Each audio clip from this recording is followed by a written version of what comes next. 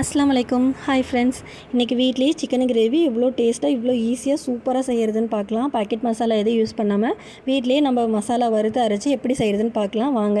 அதுக்கு முன்னாடி நம்ம சேனல் இன்னும் சப்ஸ்கிரைப் பண்ண வந்தீங்கன்னா சப்ஸ்கிரைப் பண்ணிடுங்க. இப்போது கிரேவி செய்கிறதுக்கு மசாலா ரெடி பண்ணிக்கலாம். 5 ஸ்பூன் முழு மல்லி எடுத்துக்கலாம், 3 ஸ்பூன் மிளகு எடுத்துக்கலாம், 1 ஸ்பூன் சோம்பு, 4லேருந்து 5 வரமிளகா, சின்ன பட்டை துண்டு 2 எடுத்துக்கலாம், 1 கிராம் எடுத்துக்கலாம். இதை லோ ஃப்ளேம்லேயே ஆயில் எதுவும் சேர்த்தாமல் நல்லா வறுத்து எடுத்துருங்க. இப்போ இது நல்லா ஆறட்டும். இப்போ நம்ம ஒரு பேன் எடுத்து பேன் ஹீட் ஆனதும் ஆயில் நம்ம சேர்த்துக்கலாம். ஆயில் நல்லா ஹீட்டாகி வந்ததும் நான் ஒரு 2 பெரிய சைஸ் வெங்காயம் கட் பண்ணி வச்சுருக்கேன், அதையும் ஆட் பண்ணி நல்லா வதக்கிக்கலாம். இப்போ வெங்காயம் இன்னும் நல்லா வதங்கிறதுக்காக 1 ஸ்பூன் சால்ட்டு சேர்த்துக்கலாம். இப்போ வெங்காயம் ஒரு அளவுக்கு வதங்கி வந்திருக்கு. இதில் 1.5 ஸ்பூன் இஞ்சி பூண்டு பேஸ்ட் நம்ம சேர்த்துக்கலாம். இஞ்சி பூண்டு பேஸ்ட்டோட பச்சை ஸ்மெல்லு போகிற அளவுக்கு வதங்கினா போதும். இப்போ இதில் நான் 2 தக்காளி குட்டி குட்டியாக சாப் பண்ணி வச்சுருக்கேன், அதையும் ஆட் பண்ணிக்கலாம். இப்போ இது எல்லாத்தையும் ஒன்று போல் நல்லா வதக்கி விட்டுக்கலாம்.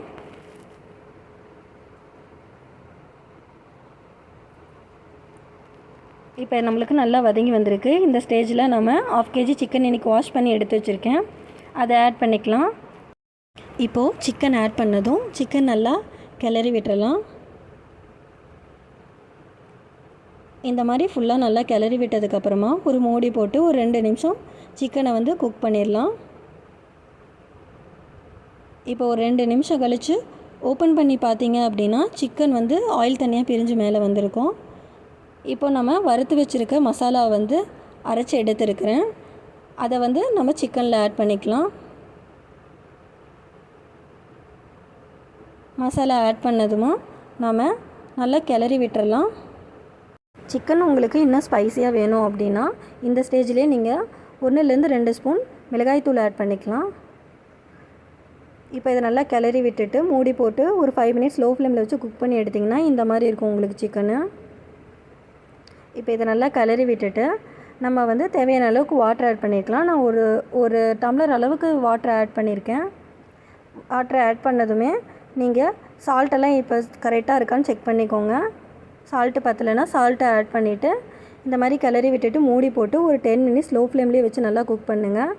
இப்போ ஓப்பன் பண்ணி பார்த்திங்கன்னா சிக்கன் நம்மளுக்கு சூப்பராக வந்துருச்சு. இதில் கருவேப்பிலை கொஞ்சமாக ஆட் பண்ணிக்கலாம். நீங்கள் சிக்கன் இறக்கிறதுக்கு 5 மினிட்ஸ்க்கு முன்னாடி கருவேப்பிலை போட்டு நல்லா கிளறி விட்டீங்க அப்படின்னா அதோட ஸ்மெல்லு நல்லா பயங்கரமாக இருக்கும்.